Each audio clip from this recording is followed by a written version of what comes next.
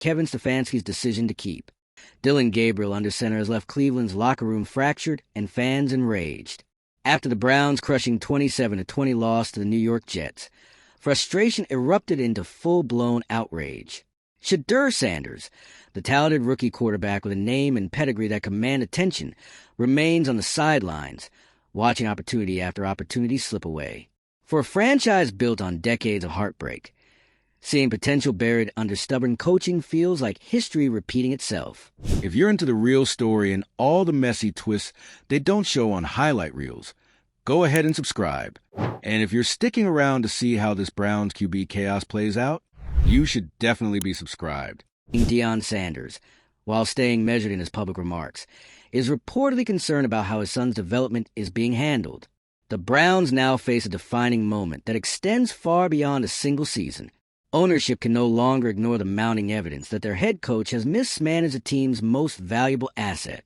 Shedeur Sanders was drafted to change the franchise's story, not sit behind a struggling veteran whose turnovers have sunk the offense.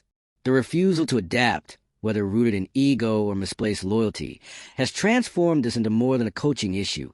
It's a credibility crisis. If the Browns want to preserve their future and restore faith in the organization, the next decision they make regarding their quarterback could determine everything. The Cleveland Browns just turned their season into a full-blown PR disaster, and it starts at the top. After a humiliating 27-20 loss to the New York Jets, fans aren't just upset about the scoreboard. They're outraged about what's happening or not happening with Shedeur Sanders. Yes, that's Shedeur Sanders. The rookie quarterback, the prodigy, the future of the franchise. And yet, week after week, he's glued to the bench while Dillon Gabriel, statistically one of the worst-performing quarterbacks in the league right now, continues to start. And the man pulling the strings? Head coach Kevin Stefanski. Or maybe former head coach, if today's chaos is any indication. Let's be real, this isn't just a football debate. This is turning into a full-blown sabotage storyline. Stefanski's refusal to play Sanders is being called everything from a coaching blunder to outright malpractice. Fans are chanting Shedeur's name in the stands. Analysts are baffled. And social media? It's erupting. Everyone sees what's happening, except, apparently, Stefanski himself. Let's rewind a second. Coming into the season, Sanders was hyped for good reason. He's got the arm, the mobility, the pedigree. He's Deion Sanders' son, after all, and he was widely seen as the Browns' long-term answer at quarterback. Not just a placeholder, a franchise player. But despite all that, Stefanski has dug his heels in, handing the offense to Dillon Gabriel, whose performances have been nothing short of catastrophic. We're talking interception after interception, misreads, stalled drives. Gabriel is actively losing games, and still, Stefanski won't budge. It's not just a bad decision. It's the kind of stubborn, ego-driven move that blows up careers and wrecks locker rooms. So what's the deal? That's what everyone's trying to figure out.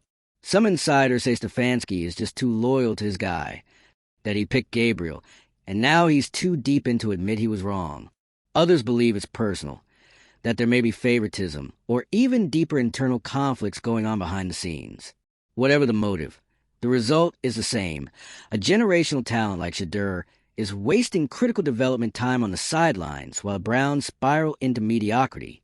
And this isn't just about one game or one season. Every snap that Sanders doesn't play is a missed opportunity for growth, chemistry, and evaluation. You don't draft a quarterback like Shedeur Sanders and sit on him like he's a backup punter. You build your future around him. You give him reps. You give him chances. You let him take the hits and learn the league. That's how you develop a star. Not by keeping him bubble-wrapped on the sidelines while your starter tanks the season. Fans know it. The media knows it. The whispers inside the organization are growing louder. Reports suggest the situation is boiling over. Stefanski's refusal to adapt has crossed the line from frustrating to damaging. The Browns are now facing a real crisis. Lose games and risk alienating the one player who could turn things around long-term. Think about the message it sends to the rest of the locker room. Leadership isn't just about calling plays. It's about accountability. And right now, Stefanski is sending a clear message. He's going to double down on bad decisions, even if it costs the team everything. That's not leadership. That's sabotage. And don't forget the stakes. If Sanders doesn't play soon, he could walk, request a trade. And really, who could blame him? He's already shown elite work ethic, discipline, and poise. He has every right to expect the opportunity he earned. If the Browns won't give it to him, someone else will, and they'll build a dynasty around him. This is how you lose the locker room. This is how you lose your fan base. And this is how you lose a franchise quarterback. Ownership knows it. The pressure cooker is hitting its breaking point. Sources say the front office is being flooded with calls from media and fans alike, demanding answers. And that silence, it's getting louder by the second. Everyone's waiting for the Browns to finally do the obvious. Bench Gabriel, start Sanders, and take back control of the season. But with each passing game, that decision looks more like damage control than strategy. That brings us to the elephant in the room. Kevin Stefanski's job security. It's not just in question anymore. It's likely hanging by a thread. If today's reports are accurate, Stefanski's days as head coach are done. Ownership allegedly stepped in after the latest loss. Fed up with the optics, the decision-making, and the mounting public backlash. And honestly, how could they not? At this point, keeping Stefanski would look like an endorsement of chaos. This isn't just about bad football. It's about bad leadership. There's a difference between riding out a tough season and steering the ship directly into an iceberg. What Stefanski is doing doesn't make sense tactically, emotionally, or organizationally. It's become indefensible. Look at the optics. A highly touted first-round rookie sitting on the bench while a struggling veteran collapses under pressure, and the coach just watches. No adjustments. No accountability. No plan. That's not tough coaching. That's ego on autopilot. And that ego may have cost Stefanski his job. Because now, the Browns aren't just dealing with a losing record. They're fighting a reputational crisis. If Sanders demands a trade, and let's be honest, that's on the table, this front office will have an answer for it. The fallout would be massive. Future free agents would think twice. Draft prospects might start wondering if Cleveland is where talent goes to get wasted. It's a franchise-defining moment, and it was preventable. So where does that leave the Browns? For starters, they need to make a real decision. Not next week. Not after another loss. Now, put Sanders in the game. See what he can do. Give the fans something to believe in again. Because right now, the stadium isn't just filled with boos. It's filled with disbelief. How did it even come to this? The season should have been about development, growth, and building a system around one of the most exciting young quarterbacks to enter the league in years. Instead, it's been dragged down by bizarre coaching decisions, alleged internal politics, and a refusal to adapt. The franchise has reached a crossroads, and every day they delay, the consequences get worse. There's still time to salvage something. Not the season, maybe, but the future, the trust, the direction. That starts with accountability. If Stefanski really is out, then it's step one. But step two has to be clear and immediate. Start Shedeur Sanders. Let the man play. Not in garbage time. Not in preseason. In a real NFL game, with a real chance to prove himself. Because the longer this goes on, the more it looks like fear, not strategy, is running the show. So yeah, maybe the Browns finally made the right call by firing Stefanski. But the damage? It's already been done. Now it's on ownership to clean it up. Fast. Because if they fumble this too, they won't just lose games. They'll lose the future. Let us know what you think. Was Stefanski sabotaging Shedeur Sanders on purpose? Should the Browns have fired him sooner? Drop your take in the comments. And don't forget to like, share, and subscribe for more deep dives into sports drama that somehow gets messier every week. You'd think that when your franchise is circling the drain, you want to use a lifeboat. But instead, the Browns clung to the anchor. Kevin Stefanski, despite all evidence and overwhelming public pressure, kept trotting Dillon Gabriel out on that field like it was some kind of science experiment in quarterback self-destruction. And the results? Predictable. Painfully predictable. We're not talking about a quarterback having a bad day. This is historically bad. Gabriel has thrown more interceptions than touchdowns, fumbled under pressure, and failed to execute even basic plays. The offenses look lost. The fans? Furious. And Shedeur Sanders? He's still waiting. Waiting for a chance that should have come weeks ago. You'd be hard-pressed to find a fan base that's united on anything. But Browns fans have made one thing very clear. They want Sanders. They've been chanting his name in the stadium, on social media, in press conferences. It's become a rallying cry. Not just because he's a rookie full of promise, but because he's the only option left that makes sense. Yes, Stefanski didn't flinch. He didn't explain. He didn't adapt. He just doubled down. Now, here's where things get murky. Why would a coach willingly tank his season like this? Why hold back your most promising player while giving unlimited leeway to someone who's visibly drowning? That's where the word sabotage comes into play. Not in a tinfoil hat kind of way, but in the slow, ego-fueled collapse of a system too arrogant to admit it's broken. There are whispers of favoritism, of internal politics. Maybe Stefanski didn't want to admit his guy. Gabriel was a mistake. Maybe he didn't want to hand over the spotlight to a rookie he didn't personally champion.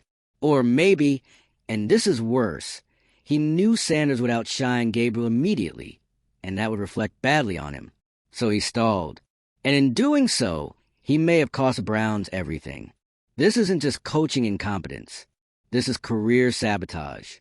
For Shedeur Sanders, for the locker room morale, and honestly, for the fans who spent decades begging this franchise to stop being its own worst enemy. And now there's talk that Sanders might leave. Not just metaphorically, not just in theory, but actually request a trade if this continues. And he'd be absolutely justified. What quarterback, drafted with the expectation of leading a team into the future, wants to sit behind a QB throwing the season away? It would be a nuclear-level blow for the Browns. Losing Sanders wouldn't just hurt the depth chart. It would decimate the franchise's credibility. Who's going to want to play for a team that benches elite talent for the sake of pride? Who's going to trust that organization to develop them properly? And don't even start on what Deion Sanders might have to say. If the saga continues, we're going to hear from Coach Prime sooner or later. And when he starts speaking publicly, things are going to get very uncomfortable in Cleveland.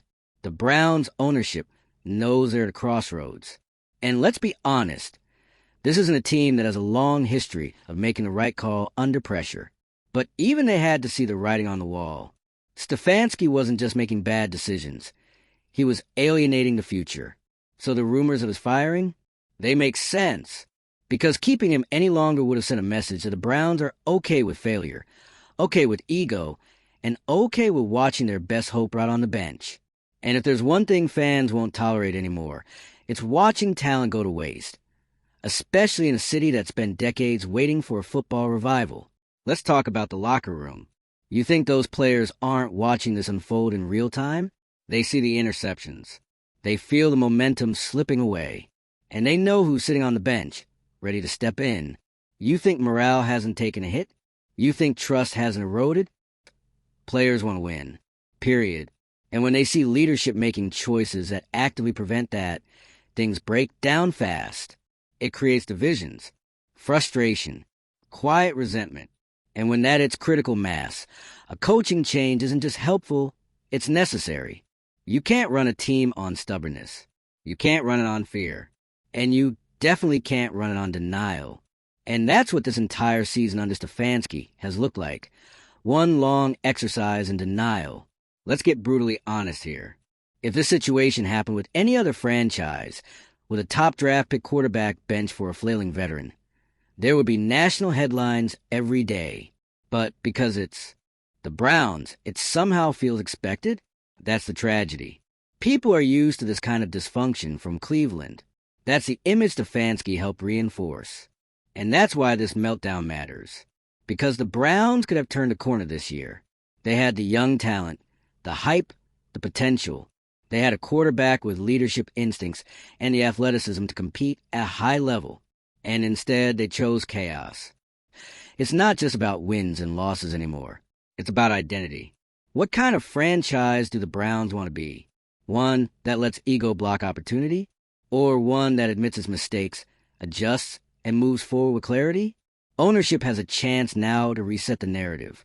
Fire Stefanski, if they haven't already. Promote someone who believes in the roster, not just their own pride. Start Sanders immediately. Let him take control. Let the season be about him. Give fans something to rally around again. Because the worst thing this team can do now is nothing. Another week of Gabriel under center. Another excuse from the coaching staff. Another wasted game. That's how you lose more than just football games. That's how you lose faith. That's how you lose everything. The Browns don't have to be a meme franchise forever. They don't have to live in this purgatory of unfulfilled potential. But it starts with putting talent first.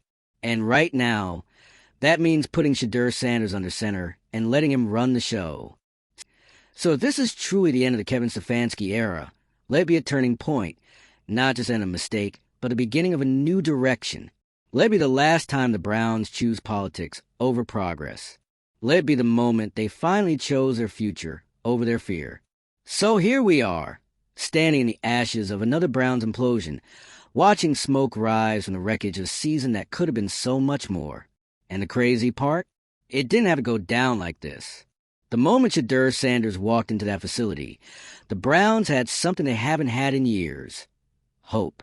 And Kevin Stefanski treated it like an optional upgrade instead of the entire foundation. That's not just mismanagement. That's organizational malpractice.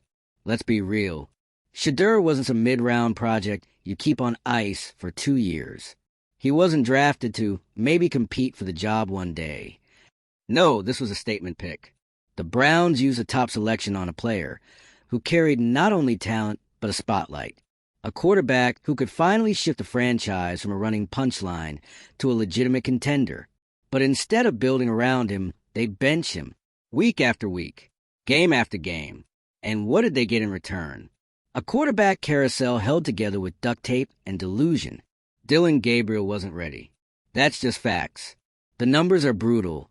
The tape is worse. And you don't need a coaching license to see that the offense had no rhythm, no leadership, no direction. But Stefanski stayed loyal. Too loyal. And not in the stand by your guy kind of way. In the let the house burn because you don't want to admit you left the stove on kind of way. It's one thing to make a mistake. It's another to live in it. And now we're hearing whispers about personal politics. That maybe Stefanski wasn't just making football decisions. He was making emotional ones. That maybe there were deeper tensions. That maybe Shedeur's presence threatened the system, the power dynamic, or the coach's ego. Let's talk about that ego. Because if all of this really boils down to a coach not wanting to be proven wrong by a rookie, then that's not just a leadership problem. That's a franchise killer.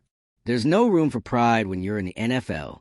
The minute your ego becomes bigger than your win column, your days are numbered. And it looks like Stefanski just ran out of numbers. Because if the reports are true, ownership finally stepped in. They pulled the plug, and not a second too soon. This wasn't just about losing games. It was about losing credibility. Fans aren't stupid. They know what they're watching. They can see when a team is trying, and when a team is gaslighting them. And the Browns? They spent weeks pretending like everything was fine while the entire city screamed, "Put Sanders in." The chants weren't just noise. They were a warning. Every week Shedeur stayed benched. The Browns chipped away at the goodwill they built with that draft pick. Every failed drive under Gabriel was a missed opportunity. Every interception, a reminder of what could have been. And every, "we're sticking to the plan" from Stefanski, an insult to anyone with a functioning pair of eyes. Because what plan was that exactly? Lose as many games as possible before letting your best player touch the field? Hope that Gabriel would magically improve by ignoring every piece of evidence? Pretend that development only happens on the sideline? None of it made sense. None of it worked.